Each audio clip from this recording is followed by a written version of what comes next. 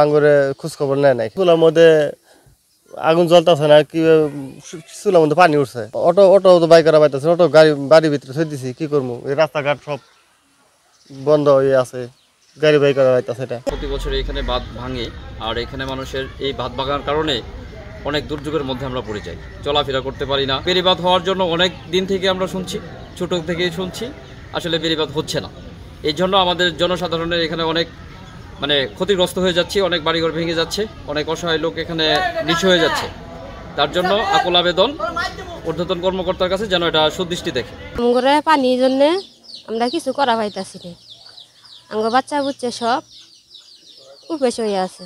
হবে না হবে জানি না, এই যেন উড়ানো বাড়িঘর সব বেড়ে আছে, পানিটা নিয়ে হাঁস মুরগি ছাগল গরু বাছুর সব কিছু বাইরে ঘরের ভিতরে আটকানো, কোনো জায়গায় লড়তে পারতাছি না, কামাই রুজি করতে পারতাছি না, ইনকাম নাই, ঘরে বসে থাকি সারাক্ষণ, চুলা মাঝে পানি, ঘরের উঠানে ভরা পানি, কোনো দিকে লড়তে পারি না, যেতে পারি না, কি করা যাবে? নগদের কাছে সব গ্রাহকই প্রিয়, তাই তো সারা দেশে ক্যাশ আউট চার্জ সবচেয়ে কম।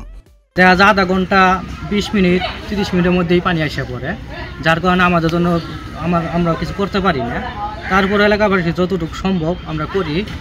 যদি এমন বড় ভাঙ্গে তাহলে বাংলাদেশ পানি উন্নয়ন বোর্ডের কর্মকর্তারা এসে কিছুটা হলেও সংস্কার করে, আর যদি ছোটোখাটো ভাঙ্গা হয় এলাকাবাসী আমরা নিজ উদ্যোগেই এটা মেরামত করি। প্রায় 20-25 বছর আমরা দেখতেছি যে এই বাঁধটা ভাগতেছে, আবার ওই যে সামান্য মাটি ছাড়িতে এই মাটিতে হয়তো কোনো কাজ হয় না, ঠিক আছে।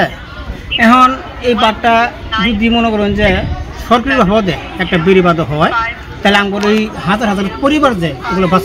এমপি বলছে যে আমি বাঁধটা করবো, আমার জটিল বাঁধটা করা দরকার, ঠিক আছে। এখন লোকজন আছে, হোক উপজেলার কর্মকর্তা আছে, মেম্বার আছে, চেয়ারম্যান আছে, ওরা সাথে হোক, দেওয়ার পরে কি করা যায় আমার উদ্যোগ তাড়াতাড়ি বাঁধটা হয়ে যায়।